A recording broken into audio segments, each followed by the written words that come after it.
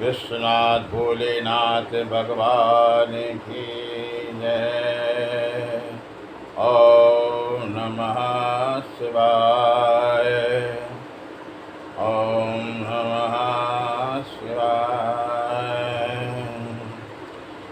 कर्पूरगौरं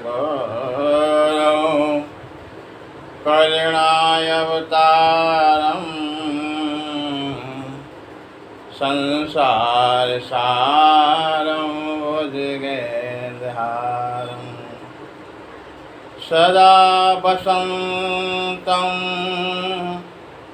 हृदयारविन्दे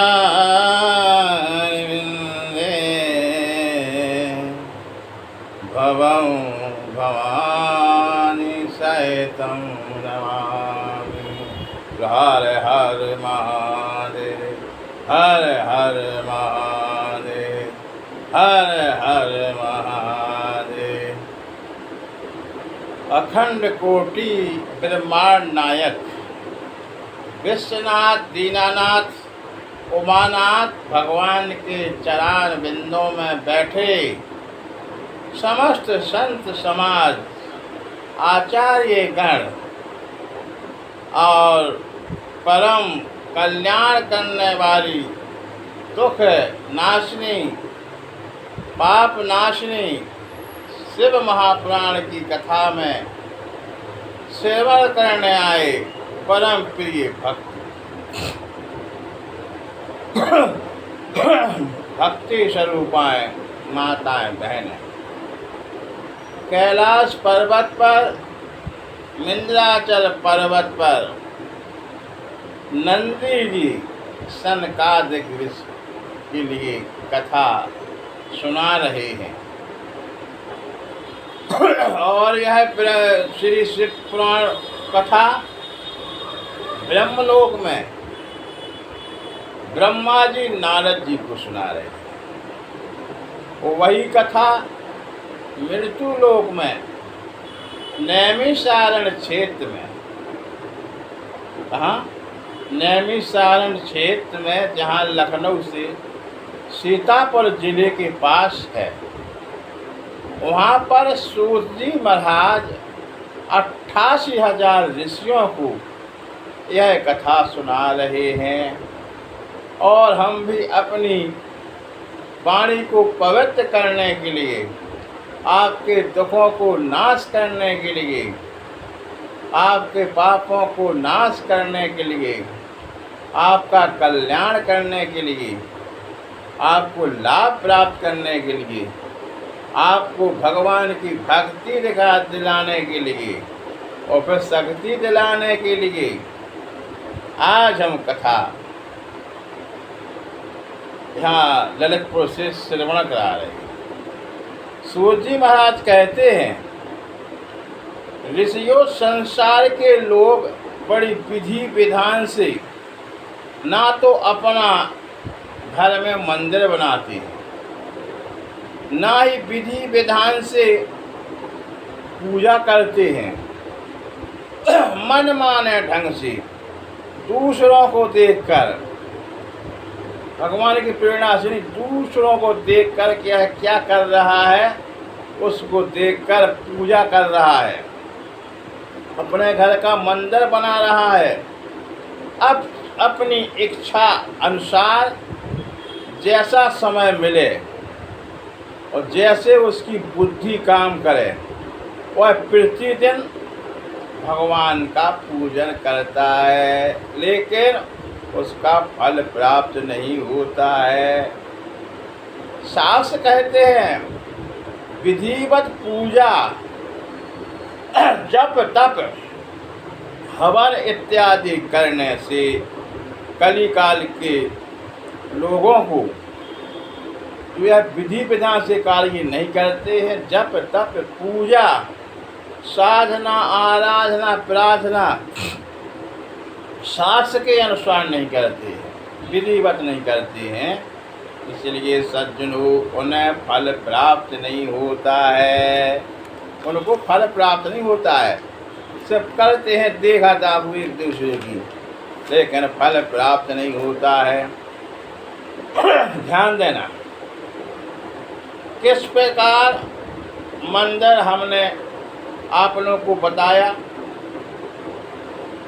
कई लोग पश्चिम दिशा में मंदिर बनाते हैं। सूर्य जहाँ छिपता है उधर मंदिर बनाते हैं। जिसका मुख जहाँ सूर्य उगता पूर्व की दिशा में मंदिर नहीं बनाते हैं। ऐसे भक्त मानते हैं भगवान का मुख सूरज की तरफ होना चाहिए। ऐसा कुछ भक्त मानते हैं भगवान का मुख सूरज तरफ होना चाहिए। तो ध्यान करो, जब भगवान का मुख सूरज की तरफ होगा तो सूर्य भगवान की तरफ तो अपनी पीठ होगी। कुछ लोग मानते हैं लेकिन नहीं प्रिय सज्जनों, पूजा करने वाले का मुख पूरी पूर्व दिशा में होना चाहिए। क्योंकि सूर्य भगवान की भी तो पूजा करना है। इसलिए दो प्रकार के मंदिर बनते हैं। एक होता है प्रतिष्ठित मंदिर, एक होता है प्राण प्रतिष्ठा मंदिर। प्रतिष्ठित मंदिर में अचल मूर्ति होती है। आज तुम घर में यहाँ पूजा कर रहे हो, दूसरा घर बन जाएगा तो आप ये मूर्ति दूसरे घर में मंदिर बना के स्थापित कर सकते हो। कहीं जाओ आप मूर्ति को ले जा सकते हो। ये हो गई प्रतिष्ठित। और प्राण प्रतिष्ठा वाली मूर्ति मंदिर में किसी विद्वान पंडित के द्वारा विधि विधान से मूर्ति की प्राण प्रतिष्ठा करके उस मंदिर में सिर्फ ब्राह्मण ही पूजा करेगा, अन्य कोई नहीं कर पाएगा। ब्रह्म मुहूर्त से उठेगा, भगवान के पट खोलेगा, भगवान की सफाई करेगा और वेद मंत्र के द्वारा ठाकुर जी की आरती करेगा। किसी के घर में प्राण प्रतिष्ठा मूर्ति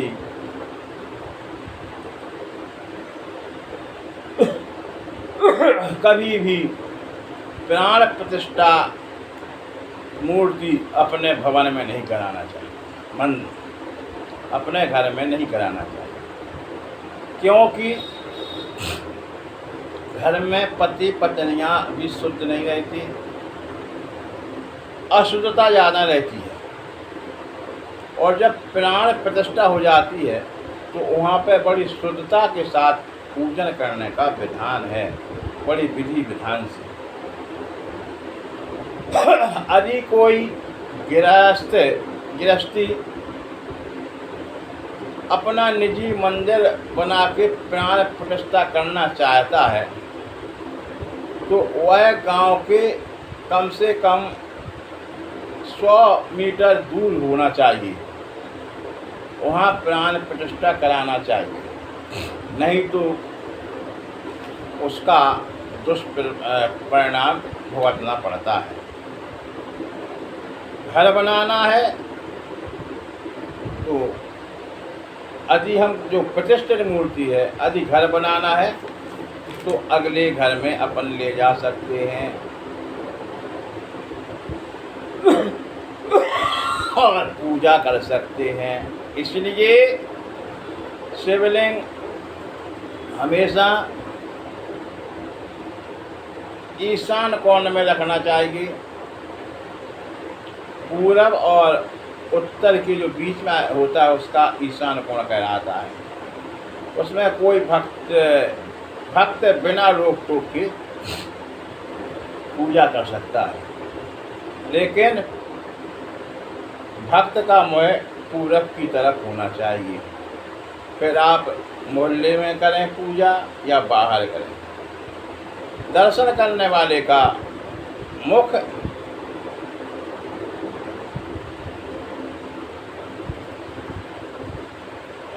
पूरब की तरफ होना चाहिए, जिससे दर्शन साक्षात दर्शन हो जाए। फिर चाहे स्त्री करें, ब्रह्मचारी करें, कोई भी करे, यदि किसी मंदिर में, किसी घर में मंदिर बनाओ, वहाँ पर जगह नहीं है ईशान कोण में, तो एक हम बड़ा सरल उपाय बताते हैं। एक चौकी पर लाल कपड़ा बिछाकर उस पर भगवान को विराजमान करके और ईशान कोण में रखकर आप पूजा पाठ कर सकते हैं। पूजा करने के बाद उसको कहीं भी रख सकते हो, फिर कोई दोष नहीं रहता है। लेकिन पूजा का मंदिर हमेशा ईशान कोण में होना चाहिए, जिसमें पूजा करने वाले का मुँह है पूरब तरफ। सूत जी महाराज कहते हैं कि घर का मंदिर तैयार करें, प्रातः काल की पूजा तो आप करते हैं, लेकिन सनातन धर्म गृहस्थ जीवन में रहने वाले भक्त पूजा करने का विधान नहीं जानते। कहते हैं प्रत्येक गृहस्थ के अंदर 6 कर्म होते हैं। 6 कर्म जिस गृहस्थ में होते हैं वह गृहस्थमय, भक्तिमय, कर्ममय और करुणामय होता है। गृहस्थ का पहला कर्म क्या है? स्नान करना। और सच कहूँ तो आप लोगों को स्नान करना भी नहीं जानते कि स्नान कैसे किया जाए, फिर भगवान की पूजा कैसे की जाए। जब आपको स्नान नहीं कर पाओगे सही तरह से तो भगवान की पूजा स्वीकार नहीं होगी। इसलिए आपके परिवार को आज मैं आप स्नान करने की विधि समझा रहा हूँ। सबसे सुबह उठो, टॉयलेट जाओ, मंजन करो, पानी डालकर नहाओ, स्नान करो, खुले कपड़े पहनाओ, तिलक लगाओ, भगवान के मंदिर में जाओ, उल्टा सीधा जैसा आप पूजा का विधान जानते हो करो, फिर नाश्ता करो, पेट भर खाओ। ध्यान देना, हाथ जोड़कर बैठना। आपको 6 कर्म आ गए तो 6 मिनट की पूजा करना आ जाएगा। और 6 मिनट की पूजा जिसको करना आ गया, समझ लो वह भवसागर से पार हो गया। भगवान की उस पर विशेष कृपा हो जाएगी। जिसको 6 मिनट की पूजा का विधान आ गया, सिर्फ 6 मिनट की पूजा होती है। पहला कर्म स्नान का। स्नान का मतलब यह नहीं है कि उठकर शौच आदि क्रिया करके स्नान करने से कर्म नहीं कहलाएगा। हर चीज का विधान है। सब्जी बनाने तक का विधान है। सब्जी में कड़ी बनाओ तो मेथी का बघार लगाया जाता है, उसका विधान अलग है। आलू गोभी बनाओ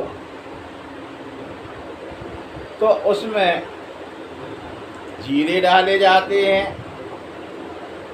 अरबी बनाओ तो उसमें अजवाइन का विधि विधान है। इसलिए सूर्य स्नान करने वालों को 7 कर्म करना चाहिए। नंबर 1, सूर्य भगवान के उदय होने के पहले उठ जाना चाहिए। आज सबसे बड़ी इंसान में कमी वही है, वह सूर्य भगवान उगने की, उदय होने की और 2-3 घंटे बाद उठ रहा है। लेकिन सूर्य उदय होने से पहले उठना चाहिए। जो लोग ऐसा नहीं करते हैं, चार पाई पलक नहीं छोड़ते हैं, उसका शरीर बीमार रहता है, उसकी बुद्धि बेकार रहती है, उसके आचार विचार खराब रहते हैं। शास्त्रों के अनुसार 8 पहर बताए गए। 4 पहर दिन के और 4 पहर रात्रि की। ज्योतिष के अनुसार 64 घड़ी 24 घंटे में होती है। 8 पहर में एक पहर में 7.5 घड़ी होती है। तो 1 घंटे में 2.5 घड़ी कहलाई कि नहीं घड़ी, 2.5 घड़ी कहलाई। ज्योतिष के अनुसार फार्मूला आपको याद कर लूँ, 2.5 घड़ी का 1 घंटा, और 1 घड़ी हुई 24 मिनट की, 2 घड़ी हुई 48 मिनट की, और आधी घड़ी हुई कितने की, 12 मिनट की। तो अब ज्योतिष के अनुसार पूजा 6 मिनट की हुई। कैसे बताएं, ध्यान करो। 1 घड़ी आधी घड़ी, आधे में पुण्यान, तुलसी संगत साधकी, हरहु कोटे अपराध। 1 घड़ी। जब चित्रकूट पर भगवान ने तुलसीदास जी को दर्शन दिए, चित्रकूट के घाट पर भई संतन की भीड़, तुलसीदास चंदन करे, तिलक करे रघुवीर। वहाँ जब दर्शन दिए तो संतों ने तुलसीदास जी से कहा कि कलयुग के लोगों को कितने मिनट की पूजा करनी चाहिए, क्योंकि कलयुगी जीवों को किसी प्रकार का टाइम नहीं है। तो तुलसीदास जी ने भगवान राम जी से कहा, तो राम जी ने कहा 1 घड़ी, मतलब 1 घड़ी का मतलब आप 24 मिनट आप पूजा करिए। साधु महात्मा कर ले, भगवान इतना कहाँ समय है, कुछ और थोड़ा कम करो। तो भगवान राम जी कहते 1 घड़ी आधी घड़ी, तो आधी घड़ी कर लोगे यानी 12 मिनट। तो संत लोग कहने लगे महाराज इतना भी टाइम नहीं है, और सही हो जाए तो और कुछ कम हो जाए।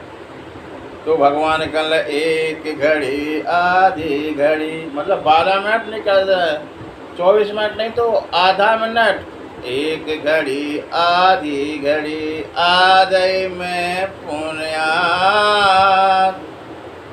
आधी घड़ी भी नहीं कर सकते हो 12 मिनट की, तो आधी में पुण्यान। तो उससे